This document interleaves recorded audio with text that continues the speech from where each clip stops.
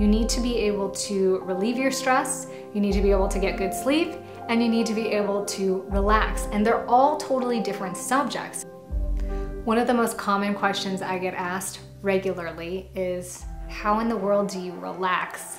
Now, this sounds like a funny question, but it's a real question because so many people that are burnt out or feeling fatigued or like they're capped out to the max and can't get to that next level of energy, that next level of life, don't really know how to relax.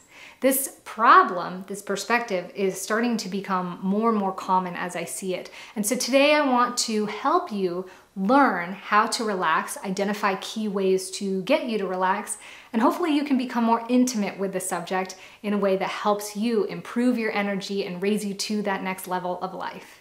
So before I get into my top 5 relaxation methods, I want to talk to you first about what relaxation is, because this is so much different than resting. It's so much different than sleeping. And we talk about this in the lifestyle for healing, or the lifestyle that supports recovery. You need to be able to relieve your stress, you need to be able to get good sleep, and you need to be able to relax. And they're all totally different subjects. In addition to that, I want to tell you that if you haven't noticed yet, it is my agenda and my MO to use our psychology and our biology and exploit the natural things that help automate and create systems so that we can have success. So I'm not here to talk to you about philosophical ideas. I want to talk to you about ways that you can really create action items to help you be successful at relaxing. So first, relaxation. I see this as a state of calm. It is being in the parasympathetic nervous system state, which is always going on, but basically it's where the sympathetic nervous system or the stress response, aka fight or flight state, is not activated. We're not supposed to be in a constant stress response state, but most of us are. And most of us don't realize that this stress response can be triggered by the tiniest things, from sitting in traffic to thinking about your to-do list to scrolling social media or just thinking about something that is daunting or a problem that you're trying to solve in your mind.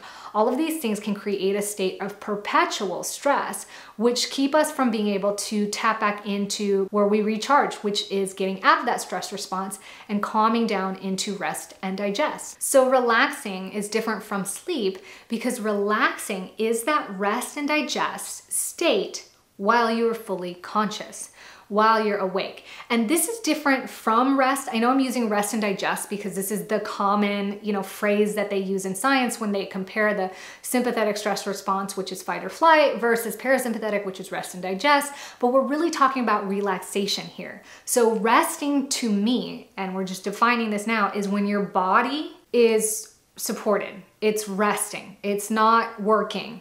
And relaxation is when your mind and body are in that same state of ease. It's in sync, and this is happening when you're conscious and you're awake. So some examples of this is being in a flow state, whether you find gardening mindful, art meditative, or music restorative, anything that gets you in that space where you're present and you lose track of time. This is a great way to identify that you are indeed relaxing.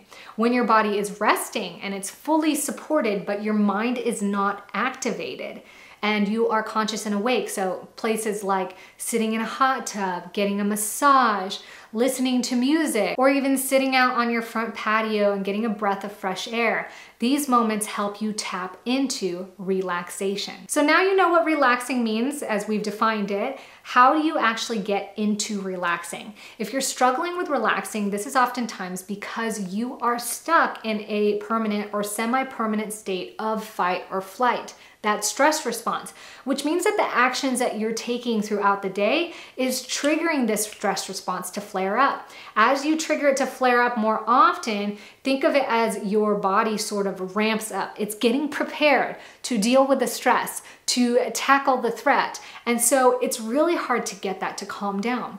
First and foremost, that's one of the things that you want to do. You want to make sure that you weigh out what activities are actually creating that stress response and what activities are promoting a relaxing response. These are the top 5 relaxing activities or methods that I use. Number 1, yoga. For some people, yoga can actually be stressful. Meditation can be stressful.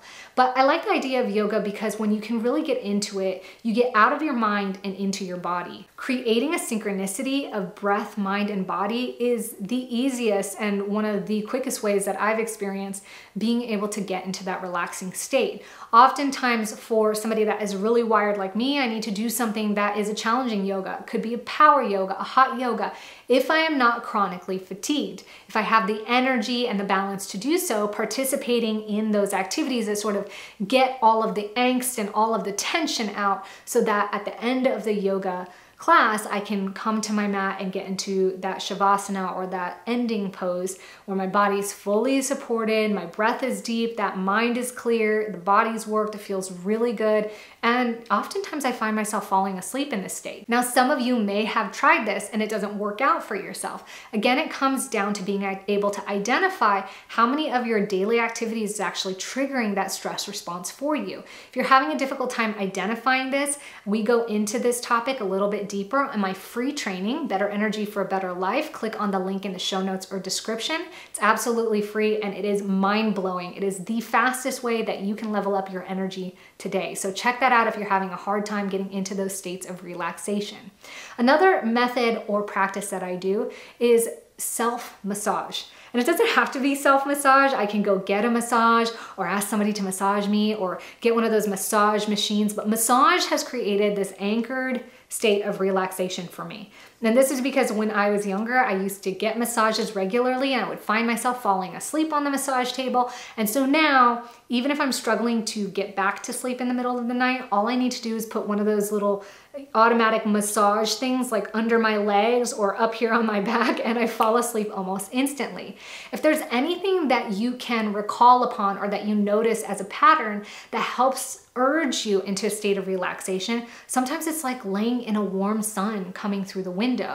Lean into those activities so that you can trigger or anchor that state. Things like journaling, especially when I'm taking the time to outline what I'm grateful for or envision things that I want in my life or envision a state of being that I want for myself.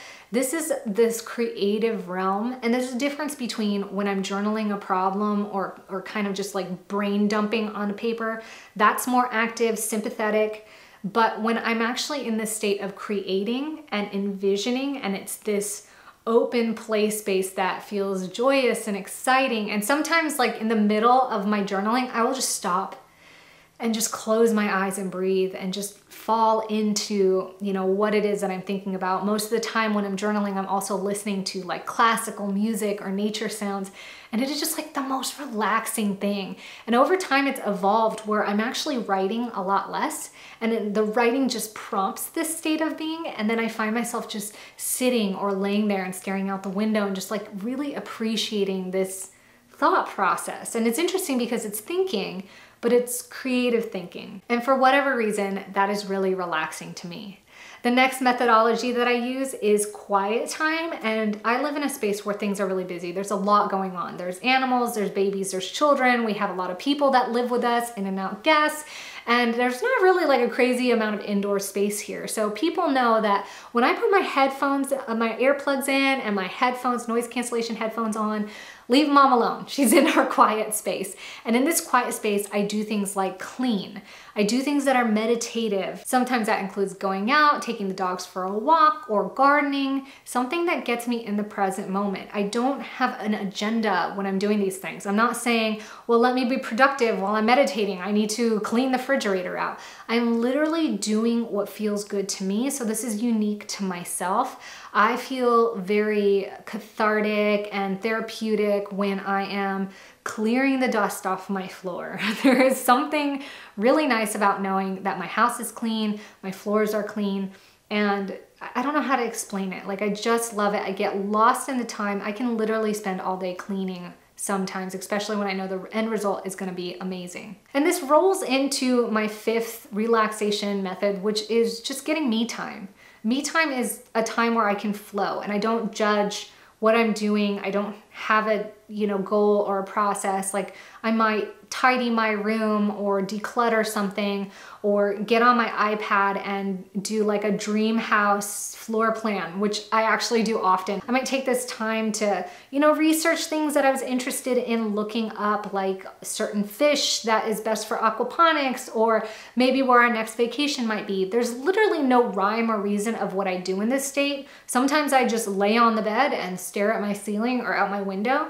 The whole point is just that the space is for me and for absolutely nothing else.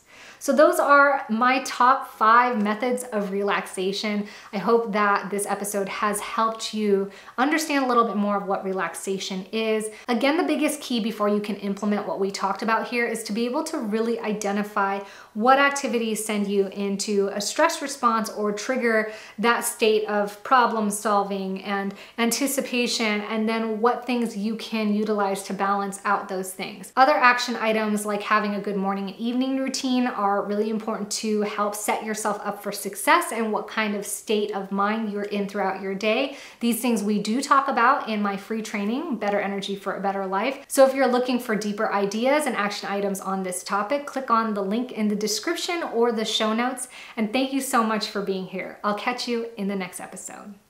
Hey fam bam, thanks for joining me in today's episode. If you haven't yet, get registered for my free webinar training, Better Energy for a Better Life. You guys voted on this training. I worked really hard to put together some really valuable tips and insight on the fastest way to grow your energy on time, things that you could get started doing right now. So make sure you check out that link and get signed up. Can't wait to see you there.